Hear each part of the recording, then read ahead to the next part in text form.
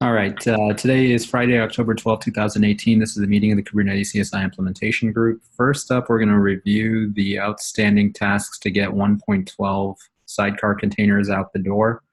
Last we left off, we were waiting for the dependencies to be updated for the existing sidecar containers to point to the official 112.0 release. Shing, what's the status of that? So what happened was I didn't cherry pick. So Luis actually did a release, but then I found out it's actually doesn't have the latest change. So I did those.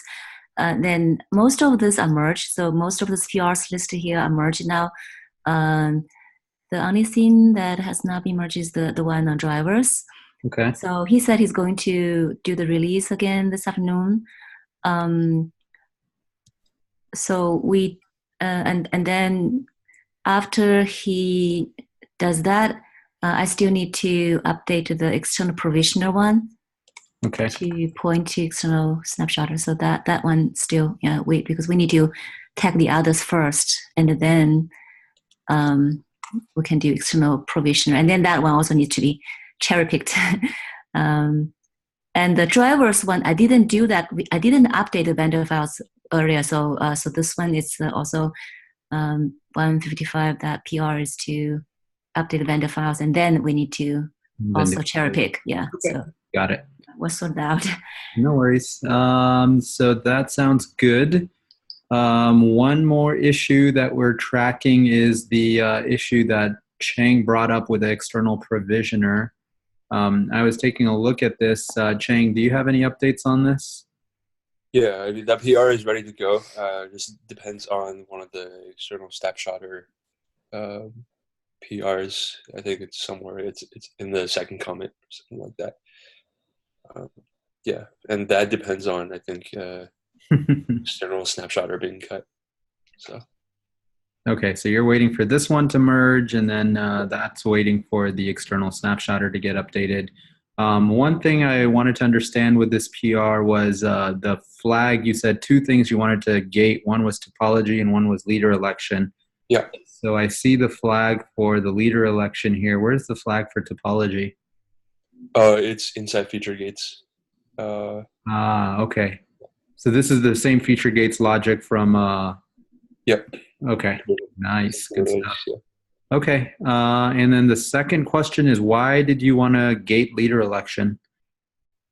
But if we have leader election enabled by default, users have to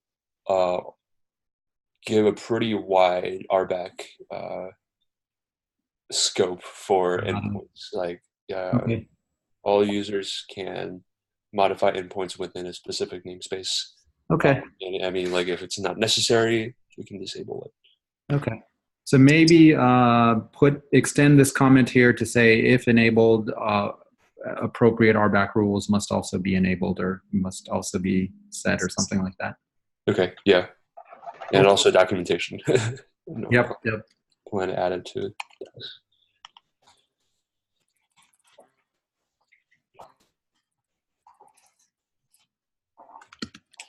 And Chen, we also need to backport this one before Luis can cut. Right. Yeah. So let's get the order of merges correct. So we're going to merge in the dependent PR, which is Xing's PR. That is going to go into core. That one, yeah, to master first. Okay. And then that's going to get cherry picked. Yeah. Then this one's going to merge. Then this one's going to get cherry picked. Then he can cut the appropriate provisioner 0.41. I think it's 0.0, right? Still, that's the official 0.0, I believe. Okay.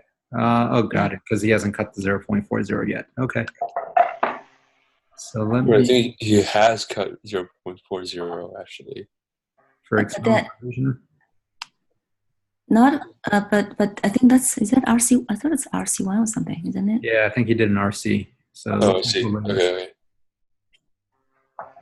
Oh, nothing's cut on provisioner, but like in the other Oh yeah, and the other ones I think 0.40 went out, and so he's going to create 0.41 for those.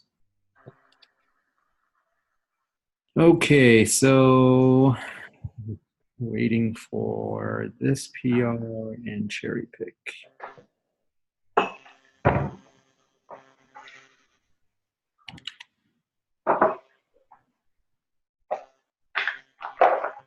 No.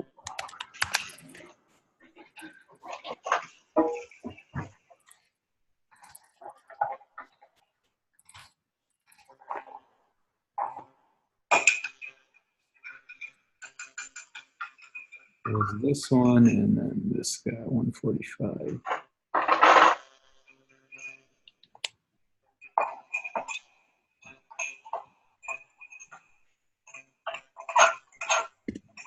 Okay, cool. So hopefully those get resolved soon. How are the end-to-end tests coming along for snapshots and topology?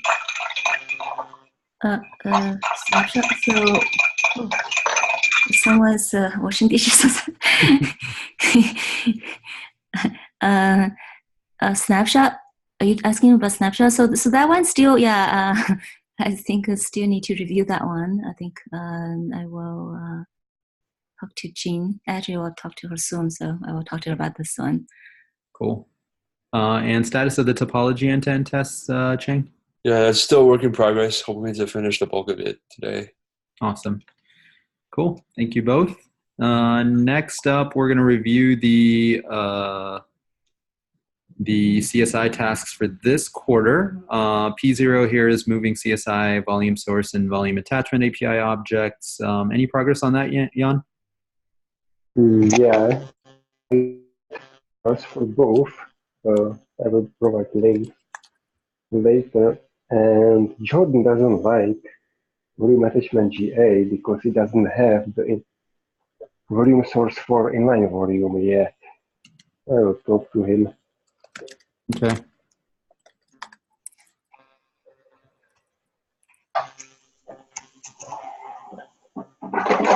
Can you repeat what the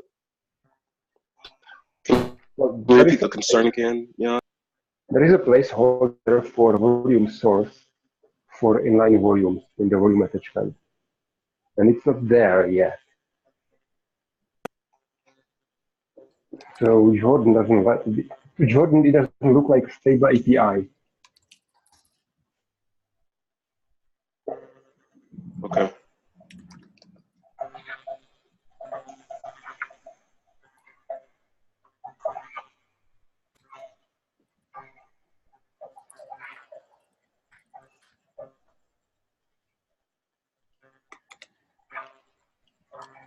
Okay. So maybe both you and Jan can sync up on that, Vlad, to make sure there's no blocking issues. I'll go ahead and mark this as orange as work in progress. Next up is the kubelet device registration mechanism to GA. I saw, Vlad, you were doing a bunch of work there to get the ball rolling. What's the status, the latest on that? Yeah, so I was talking to Renaud yesterday regarding this. So I guess he wasn't under the impression that we want to GA this quarter. So so I kind of can try to figure out what it would take to get GA going this quarter. And he seems to think that security will be the big thing, and he is traveling, I think today. Okay. So on Monday, he told me he'll get back with him, or I'll follow up with him on Monday to figure out what exactly would be a blocker for GA for this. Yeah, sounds good. And let's make sure that he understands what the deadlines are. November, I believe, 15th is the code freeze date. So we got Code freeze, right? Just about a month. And let's minimize what the requirements for GA are. If there's a bunch of additional features they want to add, we can probably push back on that and say what we have is sufficient, and you can add additional features independently of the core. Yes, and I think he is of that same approach. Okay. That whatever feature we can push back later, that's not critical. Perfect. Okay, so we'll keep an eye out for that and see where that goes. Currently pending CRD installation mechanism. No updates on this since actually Wednesday. Update is we met with API Machinery. API Machinery says they're not really concerned about how you install the CRD. That is cluster lifecycle's problem, not their problem. So I'm going to go to cluster lifecycle and ask them what they want. But in the meantime, my plan is to do the add-on manager, and I don't believe cluster lifecycle should have any problem with that. What that does mean is that we are going to continue to have races between installation of the CRD and consuming the CRD. I think Jan and Michelle and a few others have raised some of these issues, and there are also problems with the informer. API Machinery says two things. One is we need to design our code to be robust enough to handle the CRD not existing. And two, if there is anything that they can do at the API Machinery level, for example, the common informer code or anything to improve the experience or to fix issues, they are open to that. Just create an issue and let them know and they'll help fix that. So for example, I brought up the informer for our CRDs not deleting all the objects and shutting down once the CRD is deleted. They said that sounds like the wrong behavior. Please make sure there's an issue open for that and tracking it. But beyond that, their guidance is make sure that we handle things gracefully on our end when the CRD doesn't exist. This is new and uncharted territory for us because normally when the binary starts, we make we do some checks and make some assumptions about what is and is not available. We normally don't really expect a feature to be enabled or disabled while the binary is running, which is essentially what happens when somebody deletes a CRD after it's created. So we need to think that through. So consider this in progress, and I'll look into getting that add-on manager PR out soon. Next up is the CSI external provisioner topology work. Deep, any updates on this? No, that's a work in progress. So the first item, I should have a PR either by today or most likely Monday. Cool. And yeah, there's the external admission webhook. That's the second one. And there's a third item there around potentially changing, like instead of using the APIs, using an informer for the CSI node objects. Because they do not change as much.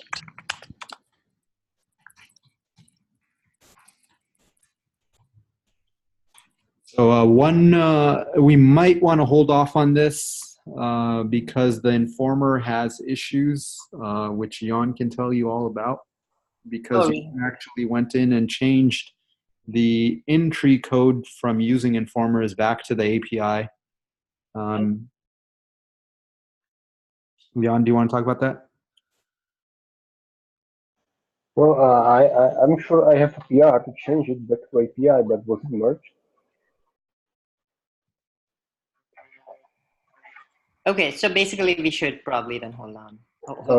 Yeah, I can talk to you about that. But when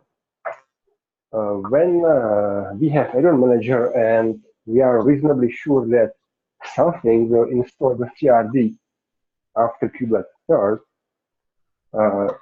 then it should be okay to use informer. Okay. So once we have the add-on manager installing it, is that sufficient? It should be. And if somebody deletes the CRD, I don't know what kubelet should do. It should crash. Panic, in my opinion. You are deleting my API, sorry. Yeah. I think the message from SIG API Machinery is that because CRD is a separate component, regardless of whether our code should still handle everything gracefully, regardless of whether the CRD is installed. So I don't know if the best thing is to depend on the fact that add-on manager will keep the CRD in cluster. Well, the add-on manager is just going to install it, right? It's not going to prevent it from being deleted. It depends on what mode you install it in. Yeah, it's not going to prevent it from being deleted, but it'll reinstall it quickly after. And then they said if you're really, really concerned about it being deleted, you could throw a finalizer on there. You can play tricks to prevent it from being deleted if you really want to, but their advice is instead of doing that, just make sure your code is handling it more robustly. We can argue that handling it gracefully for us means crashing the binary and making the binary restart, and when it restarts, it detects there's no CRD, but that might be a pretty big hammer. Well, we can put informer on the CRD itself, Yeah. all the CRDs in the system, but ideally, I think I what don't. should happen is the CRD should terminate after, or not the CRD, the informer. If the informer detects that the CRD it's tracking has been deleted, it should send deletes for all the objects, and then it should send some sort of signal to say, hey, I am no longer able to track this because the object doesn't exist anymore. And it would be very nice if it would automatically start working again if the CRD showed up again. But in the meantime, the CRD doesn't exist, and we fall back to the old behavior. Yeah. Of the CRD. And we need to figure out how to do that because there's no awareness in our code to be able to do that. Somehow asynchronously figure out that happens or periodically check it. Well, we can do that, but is it what the user wants? To fall back to the old behavior?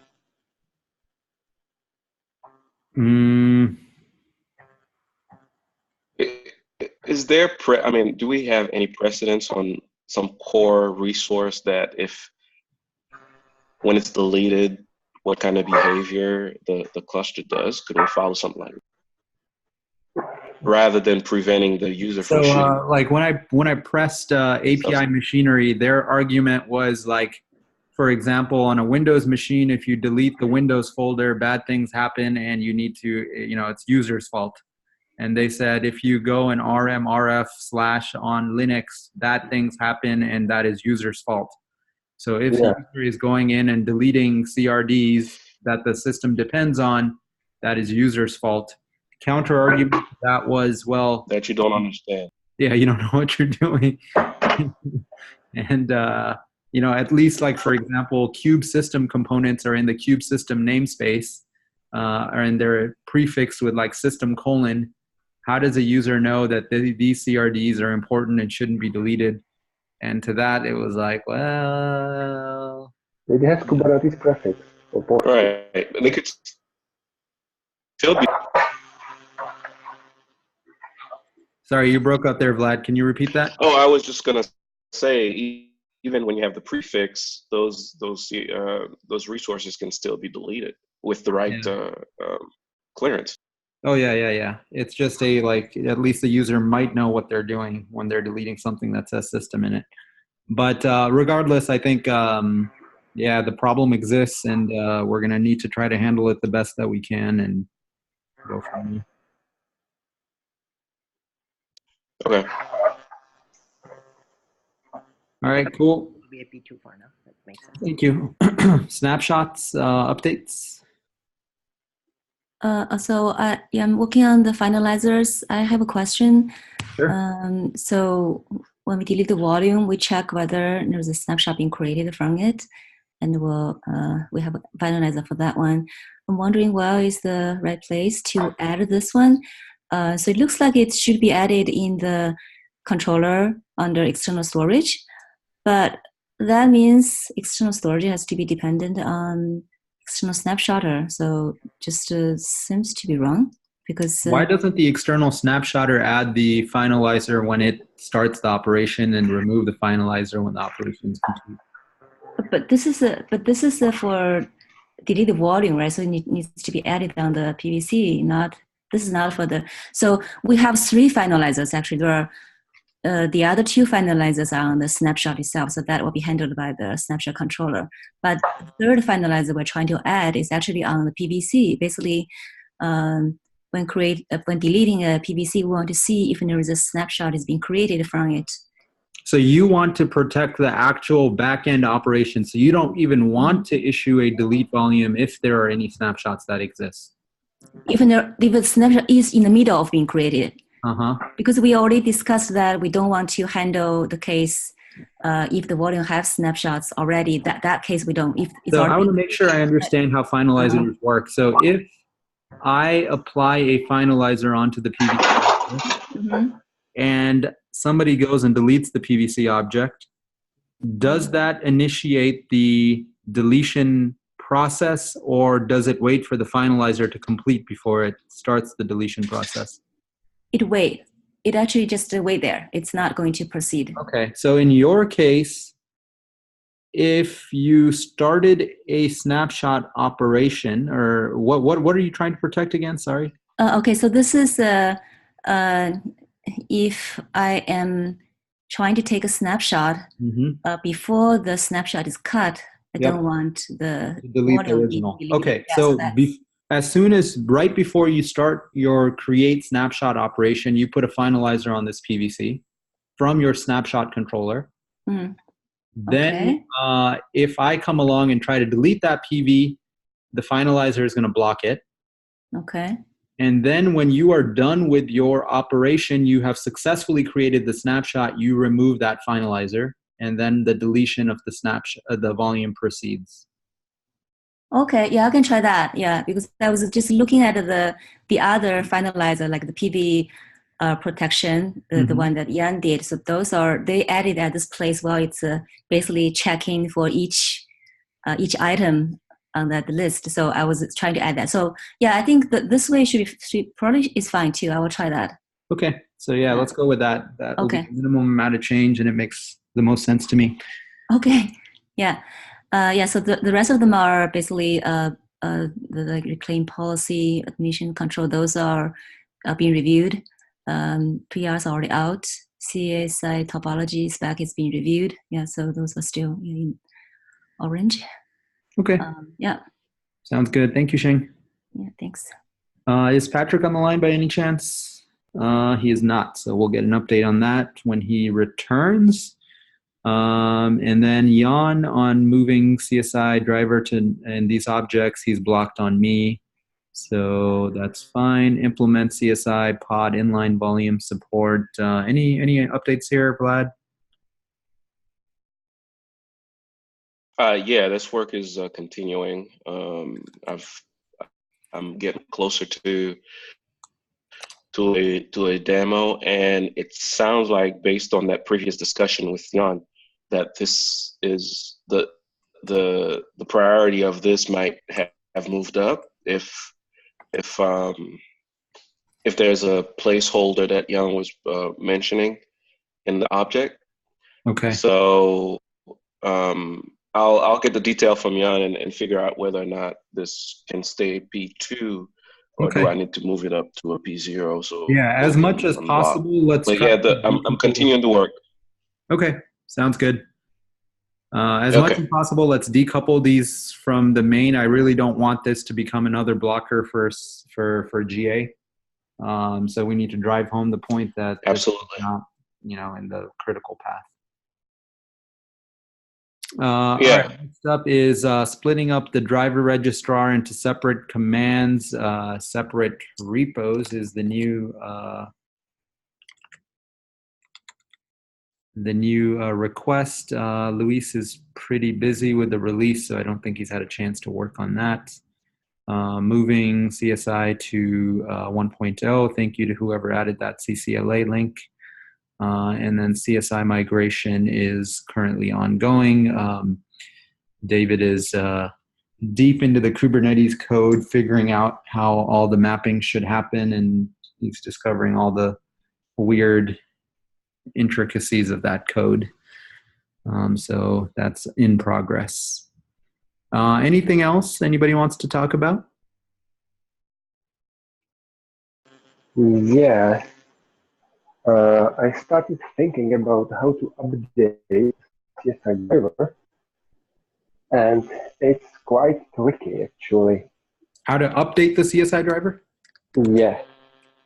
I have a driver that runs. I have a couple of modules attached to mount it. And I have a deployment with the controller part. That's easy. I can use rolling update and it's fine. But if I have daemon set with the node part and I do rolling update, it's going to kill pods with the driver itself. And if the driver uses fuse, it will kill all the fuse daemons and it will kill all the mounts. Ah, And that's what I don't like to do. So I would like to have a way how to drain a node, but only drain the port that uses that particular CSI driver. And right now we don't have anything in the API for that. I don't have a way how to see which port uses which CSI driver. And I'm probably the only one with something like that. So assuming you have some way to determine that which pod uses which CSI driver, what would you do? Would you wait for, or would you terminate the pods one by one, move them, It and would be then? nice if I had a toleration on these ports that they don't tolerate missing driver. I would state the nodes that the driver is going to be missing. That would evict all the ports, and at the same time, scheduler would know that it should not schedule new ports there. Got it. The driver. And yeah, and the rest is easy, but I need the toleration in the ports first. Got it. So when upgrade starts, that is removed from the node. The toleration is removed from the node. No, I paint the node with toleration, but only the ports that have the CSI driver don't tolerate. All the ports would tolerate it, but those who have the driver don't tolerate it, and they are evicted. Got it. So when the upgrade starts, the node or the upgrade mechanism removes the mark on the node indicating driver is running.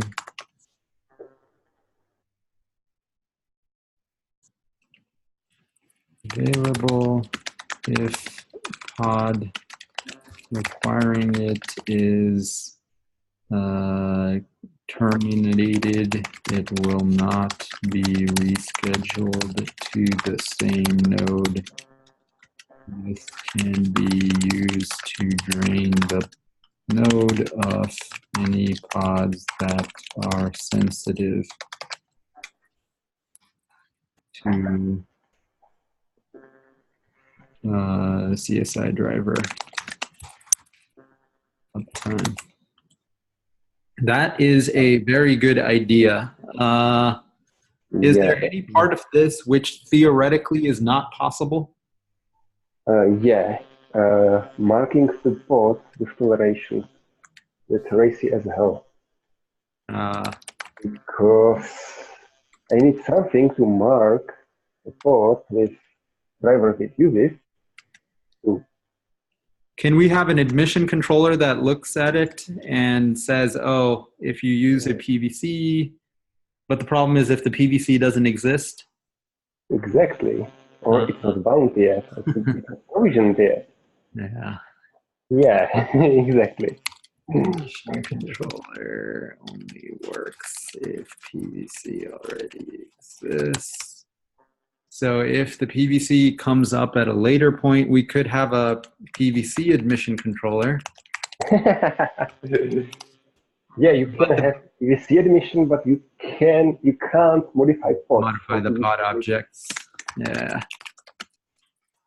Yeah, and at the same time, the PVC gets bound, and at this point, scheduler can start scheduling. So when PVC gets bound, oh, this sucks. Okay. Yeah, it sucks. Well, I will probably write some document and put it on SIG storage Okay. agenda because it needs more smarter people. Sounds good. Thank you for bringing it up. And yeah, I think it's worth designing this quarter at least. And another thing I'm working on is a CSI operator. It's a thing that installs a driver. It means it installs all the attachers and provisioners and daemon sets, and it will also upgrade the driver. And for upgrades, I need this. It's not ready yet. You can find it on GitHub. It's super easy, but it has a lot of to-dos. And the idea would be that you can pair this CSI operator with any CSI volume driver? Yeah, that's the goal. I'm not sure if it's feasible. Okay. I don't know what are the drivers around and what they need to be installed. Mm-hmm. I'll have, can you put a link here to the operator, and I'll have David look at it from the, for the GCPD driver. I'm testing with GCE, that's fine. I'm testing with host path and mock, that's also fine. I will test with Amazon and Gluster. Got it. These are also fine, but I don't know what else is there. Yep, that makes sense. If installation is just deploying the things, that then the operator will do that. But if you need to modify the host in any way, then it probably won't. Yeah. I think for most of these drivers, it should be okay. If they need to modify the host, they need a custom installer anyway. Mm. That was a very good point about the upgrades. Thinking through that, if I have a driver that has a daemon and I do a ungraceful, just like I'm going to kill it and I'm going to replace it, then what that means is that all my mounts die. And if all my mounts die, I'm not, if the pods are already running, we may not detect that. That's yeah. Well, it affects only those who run the daemons. So Gluster FS and Ceph FS. That should be all, actually. Gluster, Ceph, and any fuse file system. Yeah. If you, for your GCE, we don't care. Yeah. If you kill the driver, then nothing happens. Right. That's still worth thinking about. Okay, thank you for bringing that up and putting the link to the operator. Anything else? No, not from me. Cool. Thank you, Jan. Right. All right, we will reconvene on Monday then. Thank you all. Take care. Bye. Bye. Bye. Bye.